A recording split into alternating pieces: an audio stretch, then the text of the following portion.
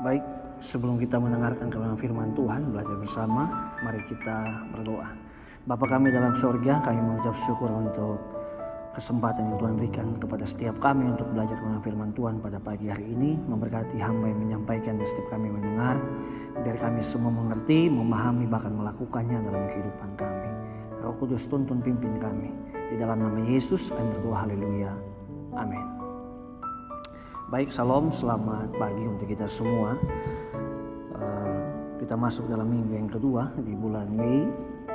Dan dalam bulan ini kita akan terus berbicara tentang bagaimana kita membangun manusia roh kita. Dan pagi hari ini diberikan tema yaitu membangun manusia roh.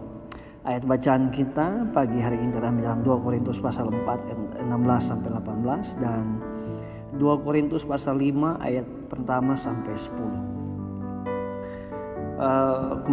Minggu kemarin kita belajar tentang keinginan daging dan keinginan roh. Dan pagi hari ini kita akan belajar untuk bersama bagaimana kita bisa membangun manusia roh kita di dalam kehidupan kita sehari-hari. Firman Tuhan berkata daging itu lemah, tapi roh itu penurut. Oleh sebab itu, mari membangun manusia roh ini yang dituntun dipimpin oleh Roh Kudus, supaya bagaimana kita bisa menjalani kehidupan ini hari lepas hari lebih baik lagi, karena itulah yang Tuhan inginkan dalam kehidupan kita. Ada 3 hal yang kita akan coba belajar bersama pagi hari ini, yaitu di mana Paulus memberikan beberapa hal di dalam supaya kita bisa membangun manusia roh kita, yaitu yang pertama, membangun manusia roh itu kita tidak hanya hidup di dalam sukacita, di dalam kebahagiaan secara terus menerus, tapi poin yang pertama ditempa dengan penderitaan. 2 Korintus pasal 4 ayat 17 dikatakan, sebab penderitaan ringan yang sekarang ini mengerjakan bagi kami kemuliaan kekal yang melebihi segala-galanya, jauh lebih besar daripada penderitaan kami. Terkadang Tuhan memakai penderitaan untuk bisa meremukan kehidupan kita dan merelakan untuk kita dibentuk oleh Tuhan. Oleh sebab itu, yang pertama ditempah dengan penderitaan. Kalau kita ditempah dengan penderitaan lewat masa-masa sulit yang kita alami, jangan cepat-cepat kita menghujat Tuhan. Karena sebenarnya lewat penderitaan pun Tuhan bisa memproses kita, meremukan kita, menghancurkan kita untuk kita bisa dibentuk oleh Tuhan. Jangankan orang-orang di luar sana, kita semua yang mungkin memahami, kita semua orang-orang teologi mungkin, orang-orang yang belum belajar teologi, orang-orang yang baru bertobat, orang-orang yang baru mengenal Yesus, kita semua harus merelakan diri kita untuk diremukan, dihancurkan, untuk kita bisa dibentuk kembali oleh karena Roh Kudus yang ada dalam hidup kita. Seseorang akan remuk ketika dia mudah menyerah dan tidak mau berjuang melawan apa yang Tuhan kasih di dalam kehidupannya lewat penderitaan-penderitaan yang mungkin dia alami. Karena kalau kita lihat Ayub, kita lihat beberapa tokoh Alkitab yang lewat penderitaan mereka dimenangkan, lewat penderitaan nama Tuhan dipermuliakan. Oleh sebab itu, jangan cepat-cepat kita menjudge bahwa penderitaan itu datang daripada iblis, penderitaan itu membuat kita lemah, karena penderitaan yang akan membangun kekuatan yaitu penderitaan yang kita nikmati. Saya tidak bilang bahwa kita semua harus hidup menderita supaya kita semua bisa menerima kemuliaan itu bersama dengan Kristus, tidak. Badai pasti berlalu, penderitaan pun tidak akan selamanya kita menderita. Tapi dalam 1 Petrus 2 ayat 19 dikatakan seperti ini, sebab adalah kasih karunia jika seorang karena sadar akan kehendak Allah menanggung penderitaan yang tidak harus ia tanggung. Adalah kasih karunia ketika kita masih bisa menanggung penderitaan yang mungkin tidak harus kita tanggung, ataupun yang harus kita tanggung karena kita memiliki iman percaya pada Yesus. Dalam 1 Petrus 4 ayat 13 dikatakan, sebaliknya bersukacitalah sesuai dengan bagian yang kamu dapat dalam penderitaan Kristus, supaya kamu juga boleh bergembira dan bersukacita pada waktu ia menyatakan kemuliaannya. yang kamu dapat dalam penderitaan Kristus. Bersukacitalah. Oleh sebab itu, untuk bisa membangun manusia roh kita, ketika penderitaan datang, ada sesuatu hal yang mungkin tidak membuat kita bersukacita datang, jangan cepat-cepat kita putus asa. Tapi mungkin lewat hal itu, atau bisa lewat hal itu, kita dibentuk, manusia roh kita dibangun, supaya kita berpengharapan pada Tuhan. Ketika kita mengalami hal-hal seperti ini, yang namanya penderitaan, yang namanya kesusahan, kecemasan, kekhawatiran, mungkin datang. Tapi mari menyerahkan pada Yesus, dan kita meminta Roh Kudus memimpin kita, supaya kita terus dibawa di dalam rencana-rencananya. Oleh sebab itu, di pagi hari ini yang kita sudah beberapa bulan beribadah di rumah saja, saya yakin dan percaya kita semua mungkin merasakan ada suatu yang lain. Tapi di pagi hari ini, lewat semua hal yang terjadi dalam kehidupan kita dalam beberapa bulan ini, yang dimana kita melihat bahwa ada masa-masa yang sulit yang kita terus alami. Mungkin bagi sebagian kita ini bukan penderitaan, dan mungkin ini bukan penderitaan untuk kita, tapi ada beberapa orang di luar sana, jemaat Tuhan atau orang-orang di luar sana mengalami penderitaan karena masa-masa sulit ini. Oleh sebab itu, mari kita melihat penderitaan atau masa-masa sulit ini sebagai ada bagian dalam rencana Tuhan untuk membentuk setiap kita, meremukkan setiap kita supaya hanya berpengharapan pada Yesus. Karena lewat penderitaan pun manusia roh kita bisa dibangun. Karena tidak selamanya kita harus senang-senang saja, bahwa setiap kita juga harus merelakan diri kita dibentuk. Mungkin lewat penderitaan, mungkin lewat apapun yang terjadi dalam kehidupan kita semua. Tapi yang saya yakin bahwa Tuhan punya rencana dalam setiap hal yang terjadi dalam kehidupan kita. Jangan cepat-cepat menjudge, jangan cepat mengeluh, jangan cepat-cepat bersungut-sungut. Mari mendukung satu dengan yang lain. Kita semua sebagai gereja Tuhan, sebagai gembala sidang, sebagai jemaah Tuhan, sebagai hamba-hamba Tuhan yang melayani di mana saja, maupun yang di gereja GBI Nazaret yang kita cintai bersama ini, yang dimana inilah gereja kita. Mungkin ada kelemahan, ada beberapa kekurangan, mungkin ada banyak kekurangan, tapi mari kita saling mendukung satu dengan yang lain, agar setiap kita terus membangun manusia roh kita satu dengan yang lain. Manusia roh kita bisa dibangun untuk bisa bukan hanya karena kita pribadi dengan Tuhan, bisa pun kita dibangun antara kita dengan sesama. Mungkin ada perselisihan, mungkin ada beda pendapat, mungkin ada perbedaan-perbedaan yang tak terhindarkan, tapi lewat itu semua pun bisa membangun manusia roh kita. Seperti Paulus katakan, mungkin perselisihan, pertengkaran itu ada di dalam hal-hal untuk memajukan pelayanan kita di tempat ini. Tapi saya yakin dan percaya setiap kita akan dibangun manusia roh kita ketika kita rela untuk kita mau ditegur, kita mau dikritik, kita memberikan solusi untuk setiap kita dibangun di dalam pelayanan kita, dibangun dimanapun kita berada. Yang pertama, ditempah oleh penderitaan. Yang kedua, di dalam membangun manusia roh, yaitu diingatkan tentang kesementaraan. Penderitaan tidak akan selamanya menyelimuti kehidupan kita. Kita tahu bahwa tidak selamanya badai itu akan ada, pasti badai akan berlalu. Itu setiap kita mengerti. Makanya di poin yang kedua diingatkan tentang kesementaraan. Penderitaan itu hanya sementara.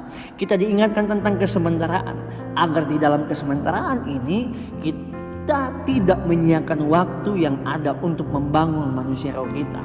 Karena hidup kita sementara, karena kita hidup di dalam kesementaraan ini, mari terus membangun manusia roh ini. Jangan menyia-nyiakan waktu yang ada. Mari saling membangun satu dengan yang lain.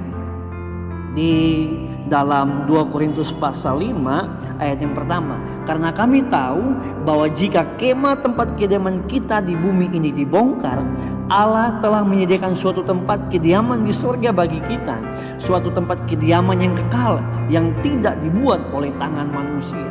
Ketika kediaman kita dibongkar, ketika Tuhan datang menunjukkan bahwa ini hanya sementara, kita hidup hanya sementara. Kita seperti seorang musafir yang hanya terus berjalan untuk bisa kembali pada rancangan Allah, untuk bisa hidup berkenan di dalam kehidupan kita, dan bagaimana kita meresponi firman Tuhan, bagaimana kita meresponi kebenaran. Bukan hanya kita melihat bahwa oh saya paling menderita, saya yang paling susah, saya yang pantas ditolong, saya yang harus ditolong. Tidak, mari kita melihat bahwa semua ini hanya sementara.